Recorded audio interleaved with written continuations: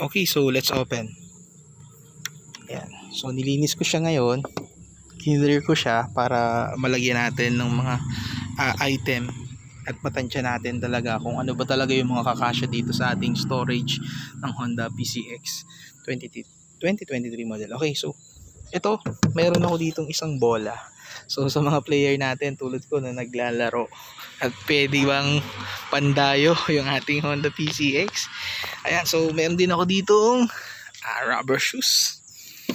Okay, so ibig sabihin, check muna natin kung kakasya ba talaga siya.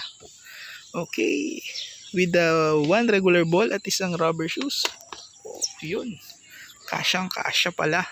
So pwede pala tayo magdala pa ng siguro ibang gamit natin, damit, or isa pa sigurong rubber shoes, ikakasya pa since maluag pa yung ating storage area ng PCX, no? So sa mga player natin, ayan, so kasyang kasya po yung isang regular ball at isang rubber shoes nyo sa pag maglalaro kayo at dadayo tayo ng basketball.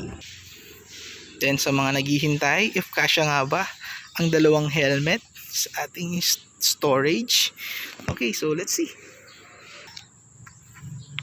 Okay, so I will put this regular full face helmet dito. Ayan.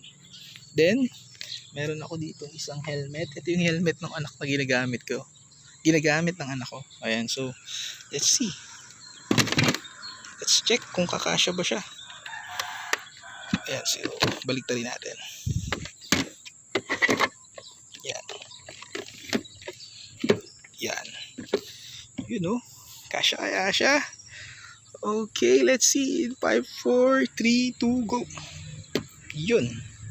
Mukhang hindi na siya kakasya. Ayan.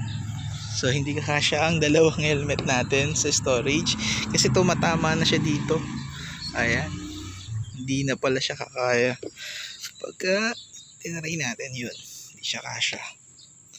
So possible talaga is mga ibang gamit lang talaga yung magagamit natin. Malalagay natin dito. Like yung ating mga damit, extra shirts. Ayan, so mga bags, kasya pa naman siya dito like ng isang video natin. But into helmet, hindi siya kasya. Pero meron naman siya ditong mga hook na pwede nating ilagay yung mga helmets pa natin. Okay. Okay, so in today's video, palagi ko let's end our video na ulit dito at maglabas uli na lang ako ng panibagong video natin dito about sa ating Honda PCX 2023. Ayan, so again mga sir, if nagustuhan nyo yung video natin at gusto nyo pa ulit mapanood yung mga video ko, please support my YouTube channel by subscribe. Just subscribe to my YouTube channel, okay? So again, thank you mga sir and God bless. Ingat.